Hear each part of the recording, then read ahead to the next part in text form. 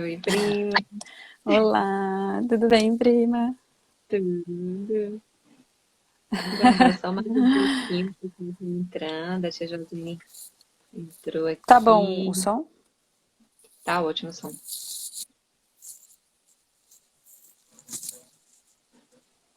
Nossa, improvisei super aqui porque não tava parando o celular de jeito nenhum. Deu certo, né? Tá bem lisinho.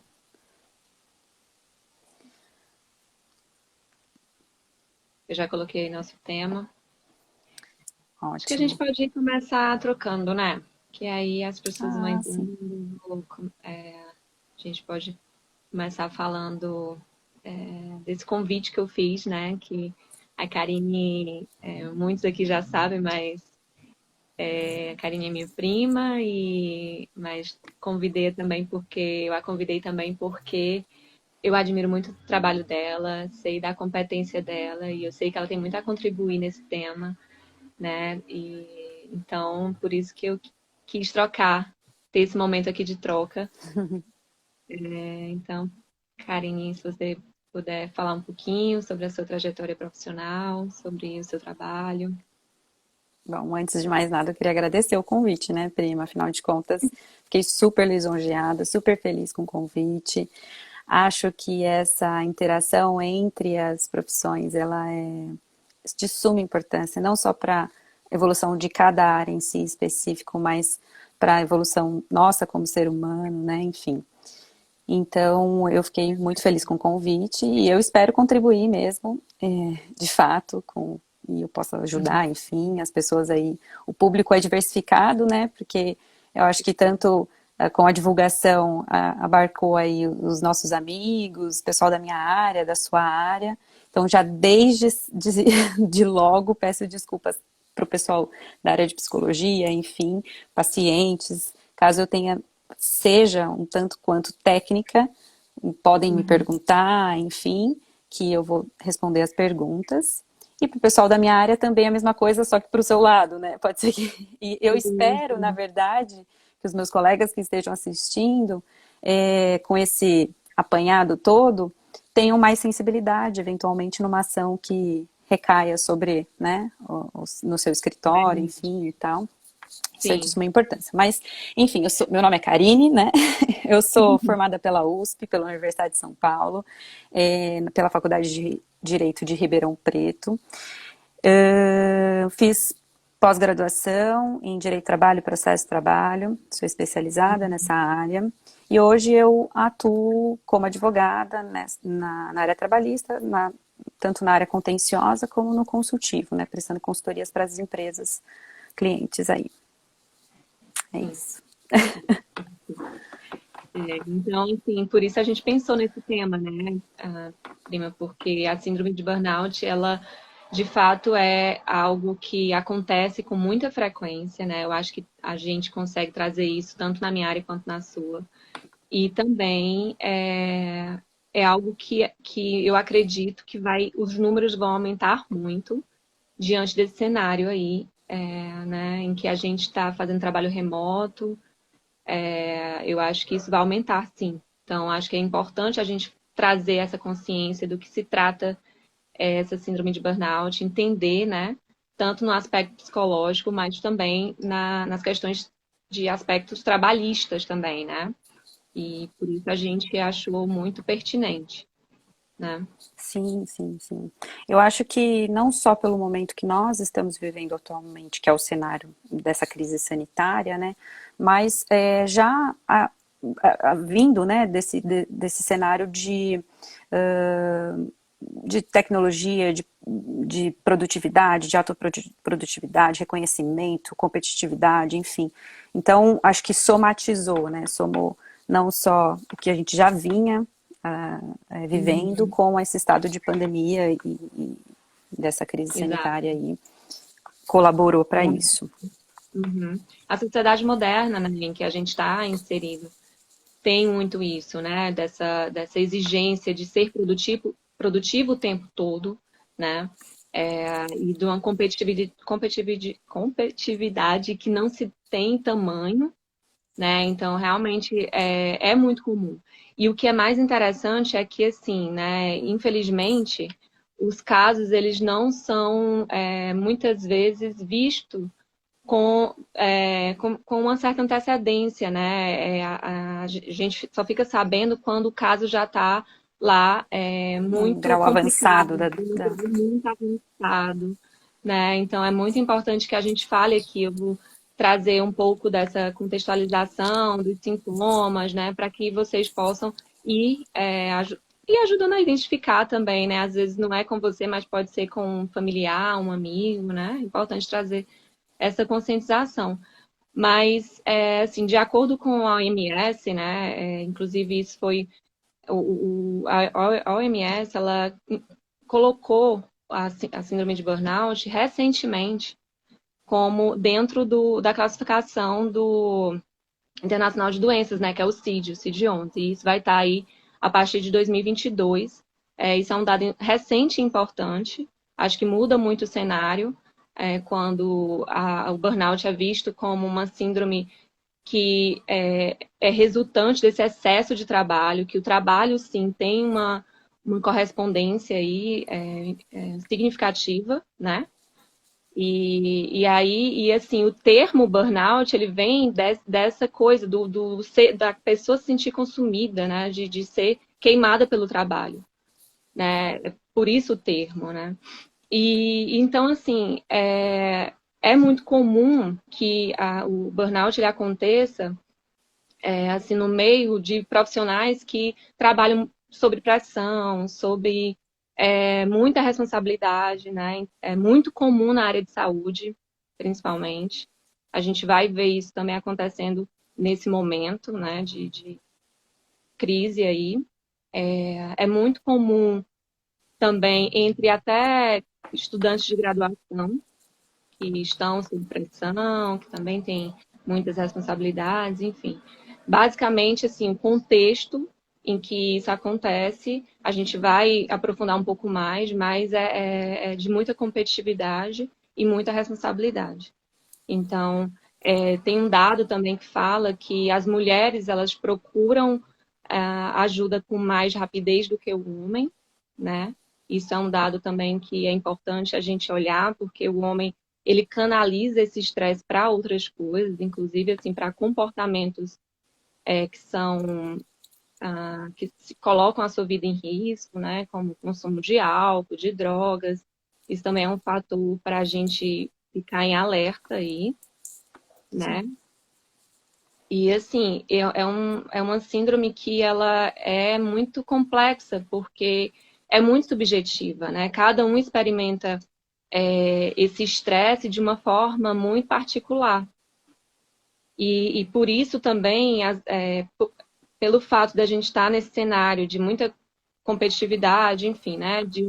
Dessa vida moderna, que tudo é para ontem, que é produtividade o tempo todo, parece ser algo comum, né? Tudo bem eu estou estressada, tudo bem eu estar estressada ou com muitas demandas. É o que eu vejo aí na vida, a vida é essa, né? Então, assim, essa banalização, né, do estresse acaba trazendo esse problema que acaba sendo silencioso e quando é percebido já está no nível muito avançado. Sim, sim, com certeza. E no âmbito laboral, né, assim, a gente percebe algumas características. Bom, depois eu vou. É melhor, acho que. Você quer continuar? Depois eu entro no meu tema? Ou não? Você Ah, prefere. tá. Tanto faz. Acho que a gente poderia, então, de repente, assim, entrar mais nessa questão de sintomas, como o que é de fato, né?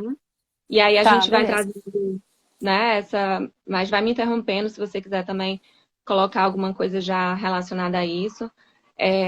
Mas pode falar. Não, na realidade, isso seria para o final que eu ia falar, mas já Sim. né, tomando esse espaço aqui, já que você tocou no assunto, Uhum. essa questão do ambiente laboral. A caracterização da doença ela é realmente muito subjetiva, né? Porque, primeiro que vai depender de paciente para paciente, enfim, de pessoa para Uhum. pessoa e de trabalhador para trabalhador, consequentemente.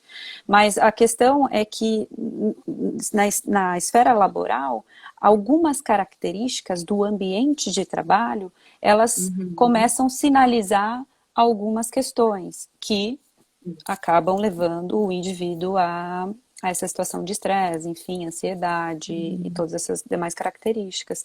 Por exemplo, excesso de tarefas, falta de recursos estruturais da empresa, a empresa ela não fornece um ambiente saudável nesse sentido, de infraestrutura para o trabalhador realizar suas tarefas, né, realizar bem, as suas tarefas inerentes ao seu cargo, enfim, a impossibilidade de progressão mesmo, né? Então ele trabalha por horas a fio, com jornadas exaustivas e tudo mais, com alto nível de exigência, sem que isso isso reverta em uma sensação de progressão naquilo, não necessariamente uma promoção, né, propriamente dita, né, Uhum. mas parece que está em vão, né, patinando, patinando, patinando e não vai resultados. Então, Uhum. isso no ambiente de trabalho, produtividade, exigências de produtividades, metas inalcançáveis, acabam que mexem com o psicológico da pessoa, né? Uhum. Então, e torna um ambiente propício para que as doenças se desenvolvam, não só a síndrome de burnout, mas dentre elas a síndrome de burnout, que é o tema aqui da nossa live. Então, o que eu assim, o ambiente de trabalho, especificamente aqui, ele é de suma importância, não só na questão da insalubridade, periculosidade, que isso a gente tem regulamentação para o pagamento de um adicional em relação a isso, para tentar compensar esse ambiente já que é de risco. Mas a gente fala de ambiente nesse sentido mesmo, com todas as outras ferramentas que a gente usa hoje, as jornadas, por exemplo, tem gente que trabalha à noite, troca o Uhum. dia pela noite. Essa Uhum. troca, naturalmente, ela já causa alguma coisa no organismo do indivíduo, né? Exatamente. Então, então assim, o profissional que já, por exemplo, uma jornalista, um porteiro que faz jornada Jornada inversa, noturna. né, invertida, né? Uhum. Isso já causa um desgaste muito grande, né? Porque o nosso corpo ele é preparado para isso, os médicos e vocês podem dizer muito melhor que eu, Uhum. mas ele é preparado para horas de sono à noite, né? Então você inverter Sim, isso, você já causa um estresse emocional natural no indivíduo. exatamente. Exato. Até em relação também assim a esse excesso de funções, né? Tem pessoas que têm essa questão relacionada ao trabalho, né? Um excesso de responsabilidade e baixa autonomia, né? A pessoa se vê ali presa sem conseguir realizar suas funções, né? Então, assim, é um cenário que é abrangente e a gente percebe que tem realmente uma questão estrutural do trabalho e tem uma questão psicológica, né? O quanto que um alimenta ao outro quando ele não está ali bem adequado, né? Sim, sim. Então, assim, e aí as pessoas perguntam assim, tá, e como identificar? Quando saber que de fato eu estou com uma síndrome de burnout, né?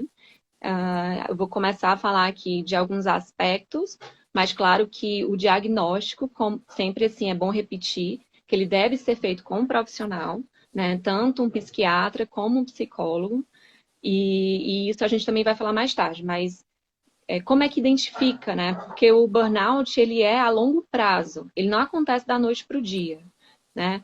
A gente tem que perceber aí que essa pessoa, ela está submetida a um nível alto e intenso de estresse por muito tempo, né? E aí ela vai ali começar a ter alguns sintomas. E é muito interessante porque primeiro começam sintomas assim gastrointestinais, né? Alguns sintomas de ansiedade, taquicardia e tal. Então, assim, tem uma série de sintomas que muitas vezes físicos, né? Os físicos, eles são percebidos com mais rapidez. E aí a pessoa ela vai procurando em cada especialista, né? Vai num gastro, vai num cardio. Então, até a saúde mental, muitas vezes, ela é deixada como última opção, né? E aí, quando ela chega para a gente, no caso, né, para o psicólogo, ou depois para o psiquiatra, essa pessoa ela já está num nível avançadíssimo, né? Quase que realmente já precisando entrar com medicação, entrar com esse distanciamento do trabalho temporário, né? Por isso que é importante a gente ficar alerta para esse tipo de sinais, né? Que alguns são, sim, subjetivos, mas outros não são. Outros são super claros. Só que a gente está realmente muito acostumado a essa vida frenética, né? Então, é difícil ter essa consciência de que não tá certo isso aqui tá demais, eu preciso mudar esse ritmo, né? E aí a OMS também, com essa determinação aí de colocar a síndrome de burnout dentro do CID, né? Ela traz 3 pontos importantes para identificar, diagnosticar o burnout, né? Que é essa exaustão, o próprio nome já traz esse conceito, né? Que é a pessoa se sentindo no limite de suas forças. Ela tá, assim, já com esse cansaço que se arrasta, mesmo que ela tire férias ou faça, assim, peça licença, enfim, aquele cansaço fica, né? Ele é crônico, né? É crônico, né? Por mais que ela durma, ela um sono que não é reparador, então tá ali. E ela se sente incapaz de se recuperar também desse cansaço, né?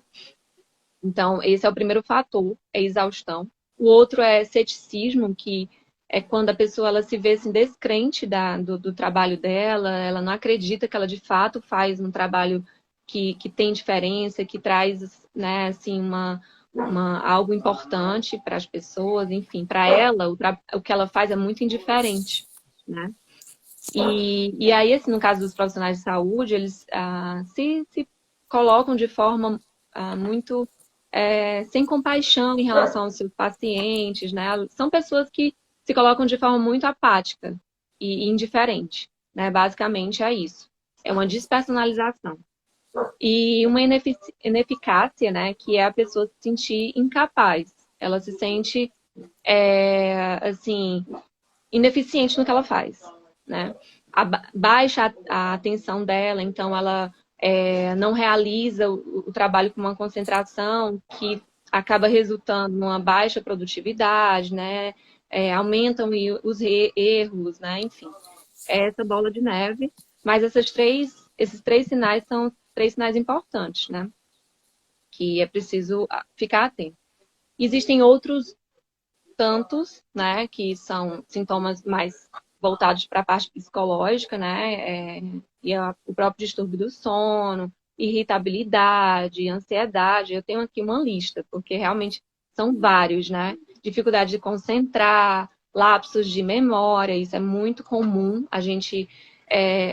As pessoas relatarem isso, né, de que elas tiveram esse lapso de memória, de Um repente não blackout, né? Como conseguiram se fosse um... um blackout. Isso. Não conseguiram continuar no seu raciocínio. E mudanças repentinas de humor também, isso é importante. Aí, assim, né, sentimentos de incompetência, fracasso, insegurança, derrota, desesperanças, enfim. Isso tudo podendo levar a uma profunda depressão e muitas outras coisas, né? A Monique falou da questão da OMS, né? Sendo uma organização internacional, né? Organização Mundial da Saúde, assim como a OMS, a gente tem a OIT, né? A Organização Internacional do Trabalho. E a OIT, como um ente internacional, ela também regulamenta essas questões, lógico, questões relacionadas ao trabalho e se preocupa com a saúde do trabalhador também, né? Eu falo que essa preocupação, veja, é uma norma internacional, né? Ela expede recomendações, convenções internacionais, sejam os países signatários ou não, eles podem seguir essas convenções, são orientações, né? E uma dessas orientações é uma preocupação nítida com a saúde do trabalhador, né? A Convenção 55, que a gente comumente trabalha, né, no nosso âmbito, e ela fala que ela tem como política nacional e como princípio prevenir os acidentes e os danos à saúde que forem consequência do trabalho, né? Então, é uma preocupação mundial, não é uma preocupação só do Brasil em relação a essa síndrome, é uma preocupação internacional, assim como a regulamentação de normas de âmbito mundial, há também no âmbito interno. Né? Então, eu aproveitei esse ensejo que você falou da Sim, OMS, a OIT também tem essa preocupação, e especificamente em relação ao trabalho. E aí, a uhum, gente tem inúmeras normas internas também que regulamentam a saúde do trabalhador, que se preocupam com a saúde e com o meio uhum, ambiente de trabalho. Não só o meio ambiente de trabalho estrito sensu, mas o meio ambiente de trabalho lato sensu, né? Que a gente fala que o meio ambiente hoje abarca tudo, desde a sua residência, ou da sua meio ambiente florestal, enfim, todos os meios que a gente vive, né? Sejam eles o meio ambiente propriamente dito, mas o meio ambiente laboral, né? O meio ambiente familiar, o meio ambiente social, o meio ambiente... Então, todos esses meios são preocupações, inclusive na nossa Constituição, nos seus mais de 200 artigos, lá mencionam várias vezes ao longo da Constituição a preocupação com a inviolabilidade desses direitos de saúde e segurança do trabalhador, especificamente o artigo 7º da Constituição, que fala que, além de tudo, é direito do trabalhador ter a redução desses riscos inerentes ao trabalho por meio de normas de saúde, higiene e segurança. A CLT também, que é uma regulamentação infraconstitucional, ela também tem, e ela ainda implementa, ela diz que é obrigação do empregador cumprir e fazer cumprir as normas de segurança e medicina do trabalho. E aqui a gente tem que entender que, de maneira ampliativa, como eu disse, o meio ambiente laboral, o que se insere em todos esses... o que está inserido nesse ambiente laboral, né? Não só especificamente o trabalho em si, ali, né? Enfim, sim. mas a relação, os incentivos, o relacionamento, enfim, né? Uma série de coisas. Uhum. Estamos, é aquele olhar holístico, né? Tá tudo relacionado. Então, a saúde do trabalhador depende também dessa saúde que vem da relação com o trabalho, com a família, com o meio ambiente, né?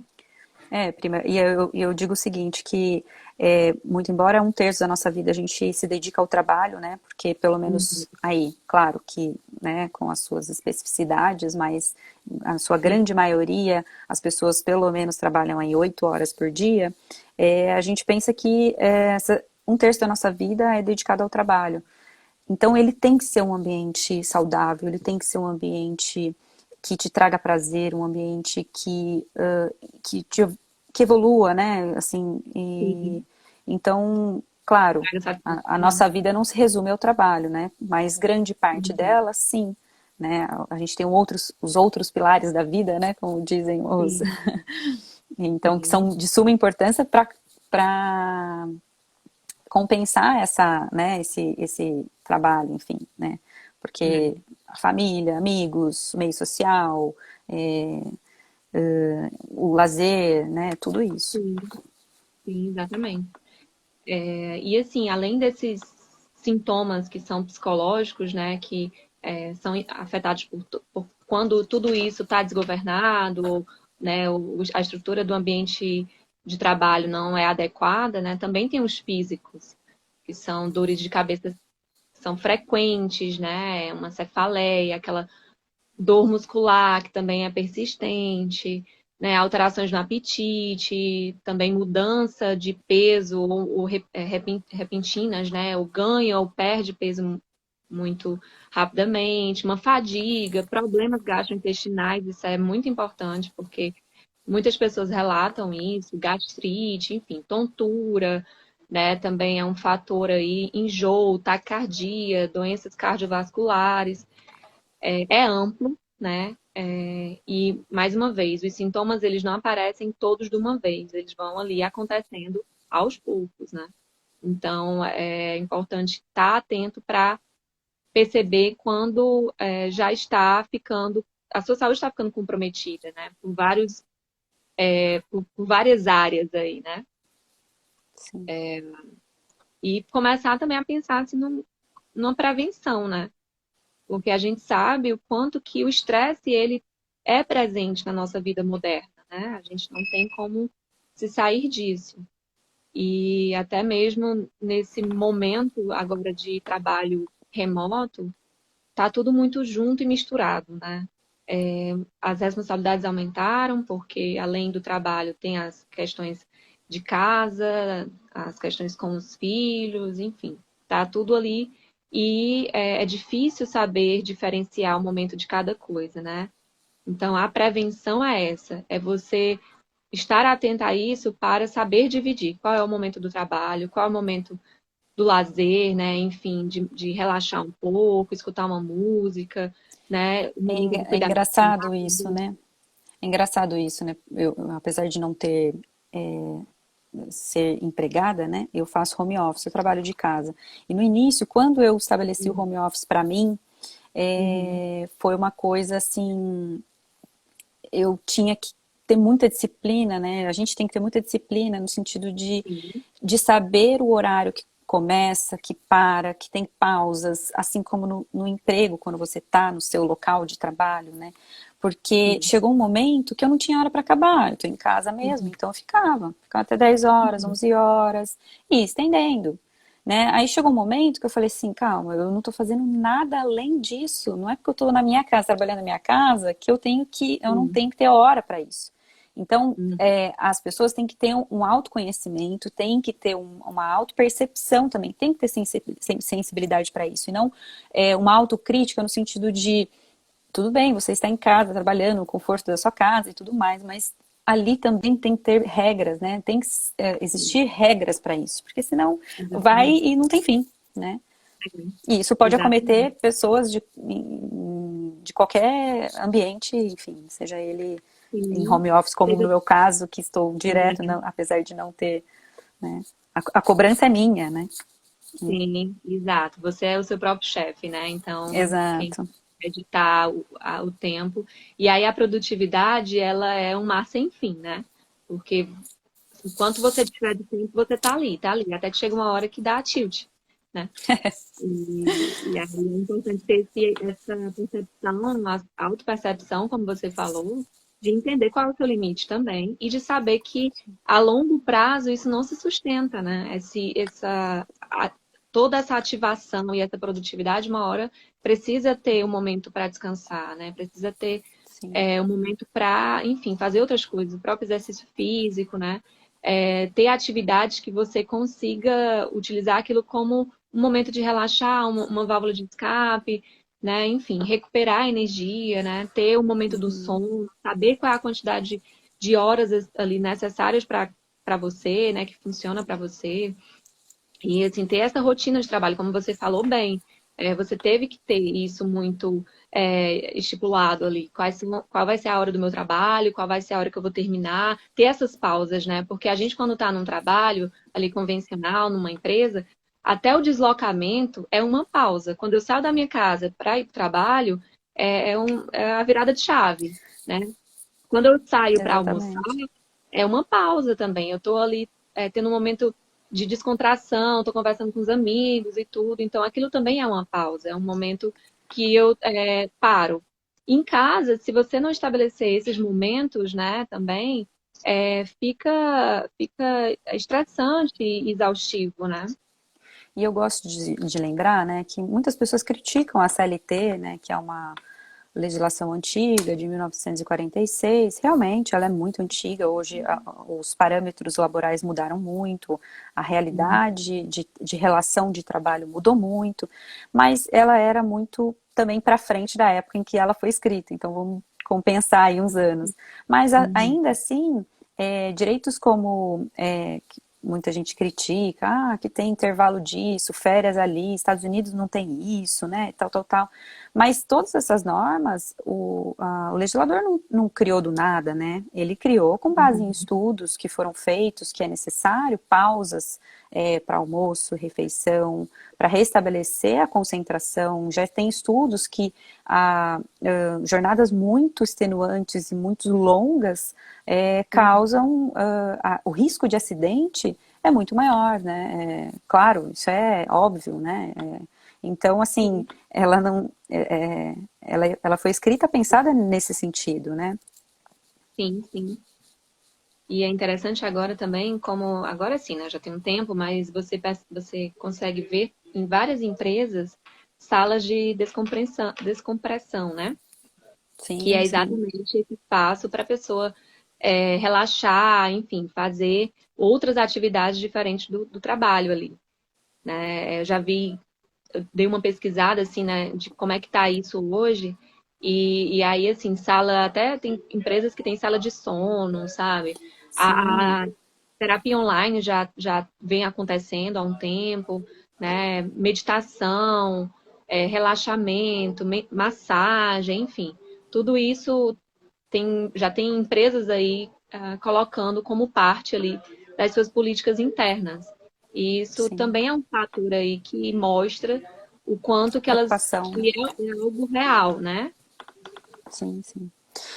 Até Importante. assim, já até para puxar um pouquinho dessa nossa discussão para a questão da responsabilidade do empregador no desenvolvimento de uma síndrome de burnout, Uhum. antes de chegar na conclusão se é responsável ou não, como é que configura, o que o trabalhador tem direito ou não em relação quando, né, diagnosticada essa doença, eu prefiro trazer alguns conceitos. Parece um pouco técnico, mas talvez esclareça para vocês, né? Uhum. A questão do que é acidente de trabalho e o que é doença ocupacional, né? Uhum. Então, quem conceitua, né, acidente de trabalho não é a lei trabalhista, né? É a legislação previdenciária, né? E ela define que acidente de trabalho como o que ocorre pelo exercício do trabalho a serviço de empresa ou de empregador doméstico, provocando lesão corporal ou perturbação funcional que cause a morte, perda ou redução permanente ou temporária da capacidade para o trabalho. Então, é uma definição genérica, né? E dela decorre. Apareceu uma mensagem aqui de bateria, acredita? Ah, beleza. É, e aí dela decorre o conceito também de doença ocupacional. Eu falo que doença ocupacional é o gênero, e da espécie temos duas: doença profissional e doença do trabalho. Uhum. A doença profissional, como o próprio nome já diz, é a doença relacionada à própria atividade do profissional. Então, ela é que tem na atividade a sua principal causa. Então, ela está ligada à profissão exercida, né? Então, as pessoas que desempenham uma determinada atividade, por exemplo, elas estão propensas a desenvolver doença profissional, né? Uhum. Porque é inerente a essa atividade. Diferente da doença do trabalho, que ela é genérica, ela é desencadeada com base no ambiente, nas condições onde o trabalho é realizado. Então eu Entendi. falo que a síndrome de burnout, ela está inserida como doença do trabalho, porque não necessariamente só o profissional de determinada área vai desenvolver. Qualquer um pode desenvolver essa doença, né? Uhum. Então ela é desenvolvida pelas condições em que o trabalho é realizado, enfim, e aí e esse fator, o fator, né, propiciador da doença é exatamente isso, é o ambiente. Uhum. Então, e por que eu trouxe essa definição legal, né? Exatamente Sim, por muito isso, para importante. saber onde que a Uhum. síndrome de burnout ela se enquadra, que seria essa doença do trabalho, então Uhum. reconhecida pela lei previdenciária. Normas do Ministério Público do Trabalho também já reconhecem a síndrome de burnout como uma doença laboral. Por que que lá, quando você falou a definição de burnout e tudo mais, inclusive teve uma divergência aí na definição da OMS e tudo mais, mas por quê? Ela é desencadeada pela atividade profissional. Essa é a característica para nós aqui da nossa área, mais importante no sentido jurídico, né? Então, Uhum. em relação às normas do MPT, eles têm um anexo lá, é interessante até quem tiver curiosidade, né, algum dia de olhar isso, eles colocam a doença e alguns significados e alguns, como é que se diz? Agentes causadores patogênicos. E na síndrome de Uhum. burnout, ele coloca lá assim, como é que é? Ritmo de trabalho penoso, sensação de estar acabado. Sim. Literalmente nesse sentido. Por quê? Uhum. Porque claro, dentre outras dificuldades físicas e psíquicas, né? Mas assim, ele Sim. coloca exatamente isso, que é um ritmo de trabalho penoso e é a sensação de estar acabado, síndrome de burnout, né? Uhum. E aí, dentre essas definições também, o próprio INSS, né, também tem uma resolução, uma diretriz de psiquiatria para diagnóstico dessa doença, para os trabalhadores que pleiteiam o benefício previdenciário, ele tem um manual, né, os médicos do trabalho Uhum. lá, enfim, peritos têm um manual. E a definição sempre é muito genérica, né? Ela é muito Sim. genérica, assim como você disse, porque vai depender de paciente para paciente, vai depender de situação, cada um somatiza aquela determinada conduta ou determinada pressão de uma forma. Então, clinicamente, Exatamente. você tem um espectro lá, né? Você tem ali. Mas o diagnóstico quem vai dar é o médico e aí, né? Sim. E como você disse, é ao longo da relação de trabalho. Não é um dia que você fez hora extra, não é um dia que você trabalhou à noite, não é uma pressão que você sofreu de um chefe assim, assim, Sim. assado. Né? É um combinado de situações que vão te levar à exaustão. Exatamente. Eu estou preocupada aqui com a minha bateria. Então, assim, existem vários gatilhos e contextos, né? Como você estava falando, Karine. E cada um vai lidar de uma forma, mas tem alguns que são bem comuns entre os casos, né, de síndrome de burnout. Que é essa questão da sobrecarga de trabalho, né? Como você estava falando. Não é da noite para o dia, não é? Às vezes a pessoa assume um projeto naquele mês e aquela pessoa fica exausta. Mas depois aquilo é recuperado, né? Aquilo ali vai se transformando, enfim. É pontual, né? E às vezes acontece isso também, desse acúmulo de responsabilidades, às vezes também uma mudança de função, e aí a pessoa acaba acumulando outras funções, questões Sim, mais assim, estruturais, né? E aí, com o decorrer do tempo, isso vai trazendo desmotivação. Às vezes também acontece daquele trabalho não ser mais um trabalho significativo para a pessoa, né? O trabalho em si, ele não tem um sentido. Isso ocasiona várias coisas também, né? Ocasionam várias coisas, que é a desmotivação, né? É uma certa insatisfação, enfim. E aí isso vai também trazendo baixa produtividade, né? A própria empresa também, quando não tem as estruturas importantes, né, para manter uma cultura, um clima organizacional favorável, às vezes até os valores também da empresa, a pessoa ela não se adapta aos valores sim. daquela empresa, né? Isso Sabe também. uma característica que eu achei até, assim, lendo, né, os artigos para preparar o material, que é o absenteísmo, né, que são as faltas recorrentes ao trabalho. Isso. Muitas vezes, se o trabalhador ele não tiver sensibilidade para perceber a causa das faltas e simplesmente penalizar o empregado, enfim, né, isso pode acontecer, né, afinal de Ó, contas também, né, enfim, é uma relação aí dupla, né, de mão dupla, eu falo, que assim como o empregado, ele tem que ser assíduo e tudo mais, e comunicar eventual problema também para o empregador, ele também tem que ter a sensibilidade de muitas vezes perceber algo que está fora da esfera ali, somente patrimonial, enfim. da Então, e eu empresa. falei assim, nossa, e faltas injustificadas, né? Porque às vezes não tem nem disposição para ir ao trabalho. E, Sim. não, né, muitas vezes não consegue justificar aquela falta. Atrasos, Uhum. longos intervalos, enfim, né? Exato. Exatamente.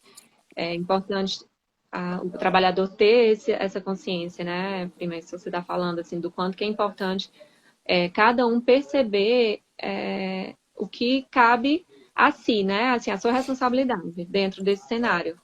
Também não dá para esperar só da empresa. A empresa ela exatamente. tem um limite ali até onde ela pode atender. Tem uma outra parte que vai depender, sim, do trabalhador, né? Dele identificar e buscar esse autoconhecimento, né? Até assim, voltando às normas que eu mencionei, Constituição Federal, CLT, leis esparsas, que é a lei previdenciária e tudo mais, todas elas convergem no sentido de que é dever do empregador zelar pelo ambiente de trabalho, e ambiente nesse sentido amplo que eu já Uhum. sinalizei também. Então, claro, a gente tem uma gama de diversidade de empregados. A gente tem desde o trabalhador rural, do pessoal de alto escalão, pessoal de fábrica, empregado doméstico, enfim. Então, eu tenho, nesse complexo de relações, eu tenho que disponibilizar maquinário apropriado para o trabalho, condições de estabelecer os edifícios, o estabelecimento em si, né?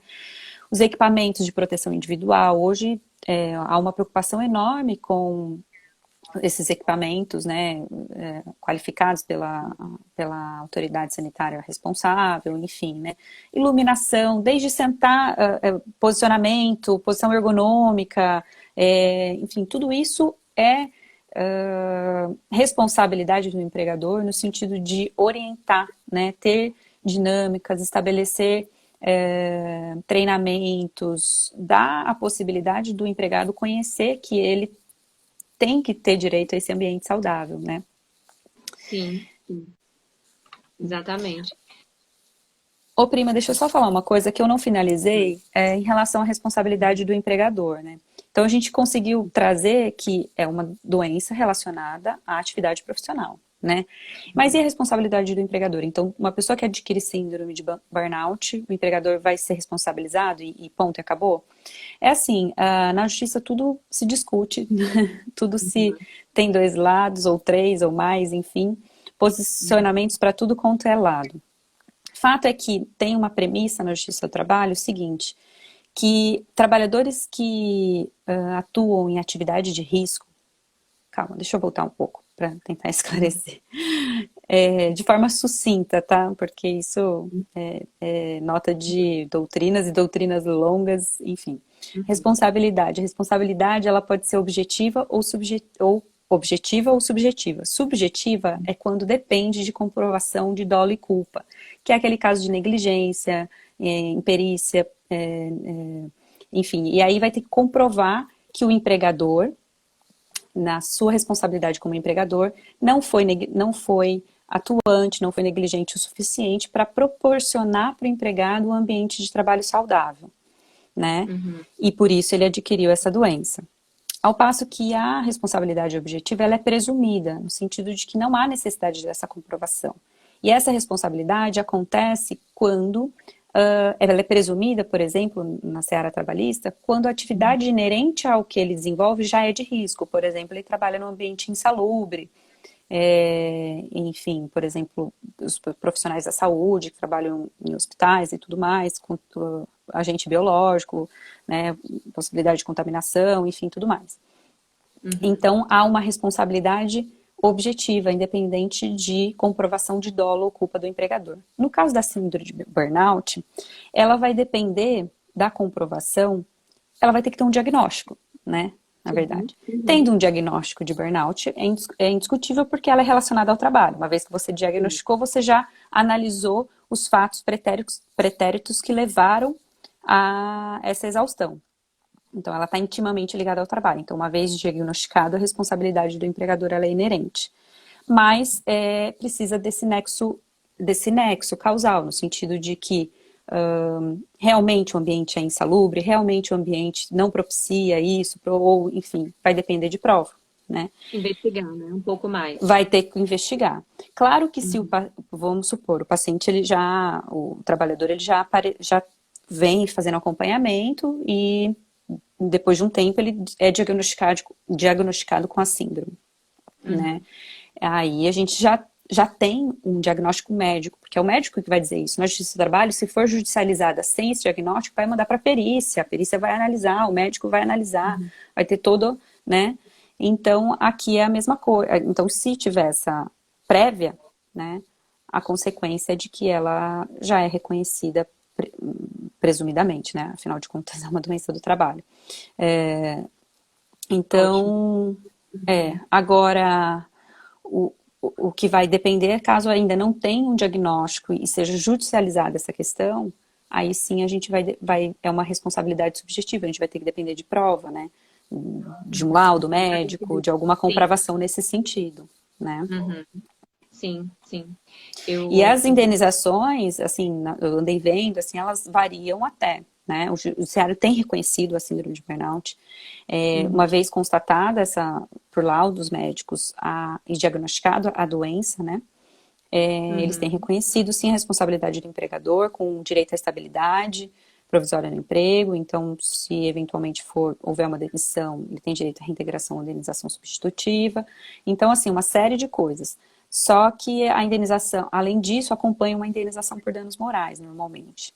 Essa indenização por é, danos morais, ela varia muito. No mesmo processo, uma primeira instância condenou em 30 mil, na segunda uhum, instância reduziu para 10 e depois ainda conseguiram majorar para 40. Então você uhum, veja, em um único processo ela variou de 10 a 40 mil. Né? Então, assim, depende muito aí de cada caso mesmo, da análise da, do uhum. dano causado, enfim, né? Se for a incapacidade é, se for uma, enfim, eu não sei como se existe isso, né? Mas assim, se for diagnosticado cronicamente que não seja Uma incapacidade reversível, mesmo, né? é uma Uhum. incapacidade permanente, né? Eu não sei se na síndrome Naquele de burnout momento de produzir, né? é. Porque a pessoa realmente ela sente Ela é temporária, né? Ela é um temporária. temporário. Uhum. Porque A pessoa precisa de não. uma pausa mesmo. Inclusive, o próprio médico, o psiquiatra, ele pede, né? Às vezes, o tratamento, faz parte do tratamento, esse distanciamento do trabalho, mesmo que seja por 15 dias, às vezes, inicialmente, pede por 15 dias, que pode ser também. O que eu, É, assim, a minha dúvida existe tratamento, mas existe cura. A pessoa, ela uhum. ela entende, para fins trabalhistas, Sim, assim, se ela for curada, ok, ela retorna ao trabalho e tudo mais, mas às sim, vezes isso se prolonga no tempo e aí sim. ela fica recebendo benefício previdenciário, né, por conta da Uhum. incapacidade que ela se torna permanente, né? Uhum. Enquanto a pessoa não mudar a sua forma de se relacionar com o trabalho e o seu estilo de vida, é muito provável que isso se perdure, né? Então, assim, desse ponto de vista, não tem cura, né? Se a pessoa, mesmo que ela faça ali o tratamento e ela volte para o trabalho e continue com o Com mesmo, as mesmas com a condições, mesma, enfim. exatamente, com os mesmos comportamentos, com a mesma subjetividade ali presente, isso vai continuar acontecendo. Né? Por Sim, isso que é muito importante o tratamento, tanto às vezes é preciso, sim, medicamento, na maioria das vezes, porque a pessoa já chega num estágio super avançado, né? Mas também fazer o acompanhamento terapêutico, sim, para que a pessoa possa ressignificar essa relação com o trabalho e o seu estilo de vida. Né? É muito importante que essa pessoa entenda que não é só o trabalho, apesar de, né, aquilo que você falou, a maior parte do tempo a gente está no trabalho. Até mesmo que seja, assim, às vezes o ponto mesmo é o trabalho em si. Então é entender o que é que esse trabalho, que mudança ela pode fazer em relação a esse trabalho. Se o uhum, trabalho não tem mais significado, né, se não faz mais sentido aquele trabalho, é possível mudar, né, ver essas condições de escolha profissional. É um ponto, sim, né? Agora, se não, o trabalho é algo que ela realmente gosta, ela não quer mudar, porém é aquela pessoa que ela não consegue parar de trabalhar, né, o tempo todo na ativa. Às vezes, uma pessoa que dá plantão com muita frequência, né? Essa mudança no sono já vai atingir aí outras questões que só o fato dela mudar o horário de trabalho dela já traz uma mudança significativa na questão da síndrome de burnout também, né? sim, com Ou às vezes certeza. mudança de ambiente ali dentro, né? Por exemplo, uma enfermeira ou alguém da área de saúde que trabalha em UTI, em CTI, né? Se ela mudar de ambiente, pode ser que aquilo já tenha um outro significado, né? Mas, claro, quando a pessoa chega a uma situação de síndrome de burnout, várias marcas ficam naquela pessoa, né? Então a gente precisa ir trabalhando. Da mesma forma que não foi da noite para o dia, as mudanças também não vão ser da noite para o dia, né? Mas sim, Sim. pode sim trazer com um tratamento adequado, né? Trazer uma mudança significativa na vida dela, assim, né? Se houver. Porque, assim, eu acho que é um quadro reversível, né? Mas eu vi Uhum, decisões como uma incapacidade, de uma incapacidade mesmo laboral, enfim, ainda indeterminada, né? Assim, porque uhum, depende também de um outro diagnóstico de cura, né? Entre aspas, de reversão da doença, né? Mas que uhum. deixam marcas com certeza, né? Que deixam cicatrizes aí com certeza. Sim, sim. Eu acho que ainda é algo muito complexo, né, prima, que eu percebo que tudo está muito ainda recente diante da proporção que ela tem. Eu vi, assim, que, por exemplo, até essa definição aí de a síndrome estar no CID, é algo muito novo. Antes se tinha ainda Sim. muito essa relação de que a síndrome de burnout era uma consequência ali da depressão, era só responsabilidade do paciente. E a gente já sabe que não, que realmente o ambiente do trabalho é importante, o meio ambiente, de uma forma geral, as relações que essa pessoa estabelece com o mundo, tudo isso envolve, né? Não é, tanto é que se você for ler a lei previdenciária nua e crua, você sempre faz referência a acidente de trabalho típico. Né? Você tem sempre a sensação de referência a acidente de trabalho típico, que é aquele acidente que leva a, a perda de algum membro, enfim, né? Aí você tem nitidamente um acidente, né? É mais E as evidente. doenças, é mais evidente, que são situações físicas do trabalhador, Uhum. né? Então Sim. a legislação teve que acompanhar isso, né? Uhum. Teve que acompanhar isso no sentido porque a nossa humanidade, né, a sociedade evoluiu para uma doença psíquica, né?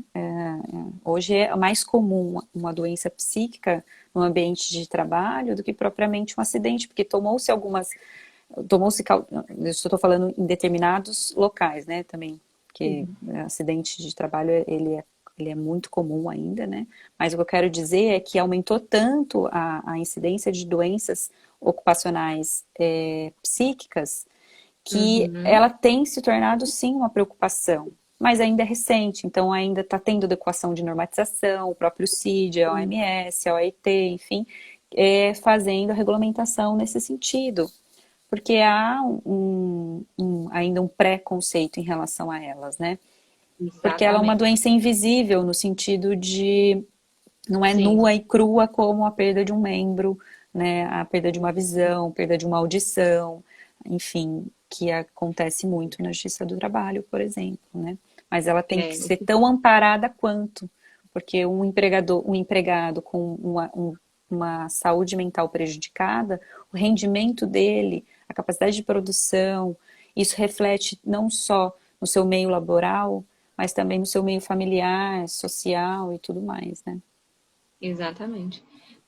As empresas estão vendo isso, né? Que elas estão percebendo até o quanto que o número de faltas, né, no trabalho tem aumentado, que é o absenteísmo, né?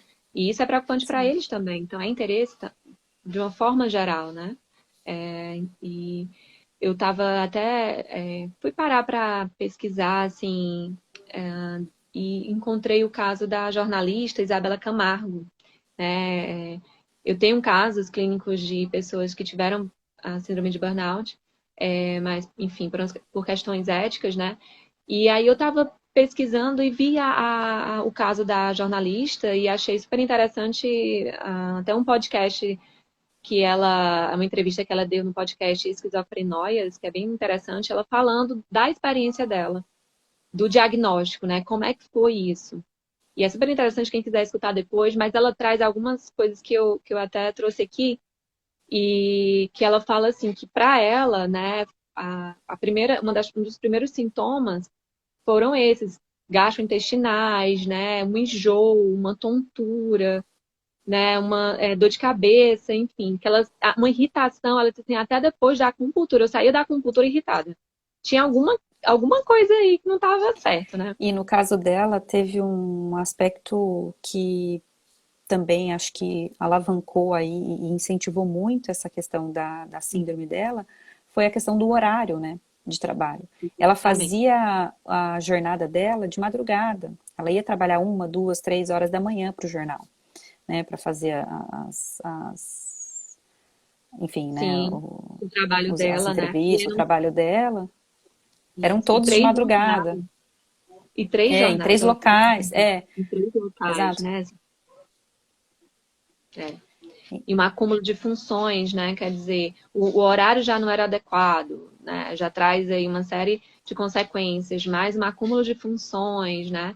E, enfim, e até essa dificuldade mesmo, às vezes, até da própria empresa entender que sim é uma questão, né? O fato dela aí o que é que fez, o que é que despertou ela parar para perceber que ela precisava de ajuda? Foi que, ao vivo, ela não conseguiu completar o raciocínio. Ela teve um lapso de memória. E aí foi quando ela percebeu que ela tinha realmente que procurar ajuda, né? E aí ela falou uma coisa que eu achei interessante, né? Que é uma percepção que eu tenho também. Às vezes a doença, ela vem para nos alertar. E aí ela falou assim que o burnout é um freio, né? Se você fizer um tratamento, né, como a gente estava conversando, você consegue sim é, mudar isso, mas que entenda o burnout como um freio. Olha, tá na hora de dar uma pausa e cuidar da Uhum, saúde, né?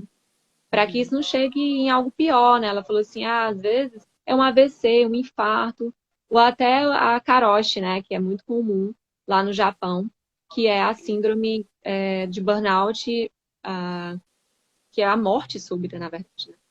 Pelo excesso de trabalho que acontece muito no Japão. sim, sim. É, não, e essa questão que eu vi também o podcast dela, né? E eu achei interessante porque, além dela trazer a realidade dela, né? Enfim, como é que foi o diagnóstico e tudo mais, foram os raciocínios que ela montou em relação a isso. Ela disse assim, gente, eu trabalhava numa das emissoras, enfim, mais conhecidas aqui do Brasil, e muitas pessoas negligenciavam a minha dor e a minha doença, no sentido de, pede demissão, você vai arranjar trabalho facinho assim. Então, não é assim, né? A realidade não é essa. As pessoas que estão empregadas, que agarram seu emprego e nele querem ficar, a não sei que, claro, né, tem uma outra oportunidade, ou queira mudar de rumo, ou queira, enfim, né? Aí é a necessidade de cada um. Mas eu achei interessante isso, como se fosse fácil, né? Pede demissão se o trabalho não tá. Mas, gente, eu vivo disso, eu amo o que eu faço. Eu amo o meu trabalho, Sim, ela disse, né? exatamente. Eu acabei de ver aqui que a gente tem 26 segundos. Ah, nossa, não Eu vai quero dar tempo agradecer. de. Pode Não, falar, não, pode prima. falar. Pode falar. Eu queria agradecer, né, a sua presença, os seus esclarecimentos, todo o seu conteúdo, enfim, ter disponibilizado seu tempo aqui para falar com a gente. Muito obrigada à presença de todos vocês que estavam aí conversando com a gente, trocando, viu, primo? Muito obrigada. Eu que agradeço.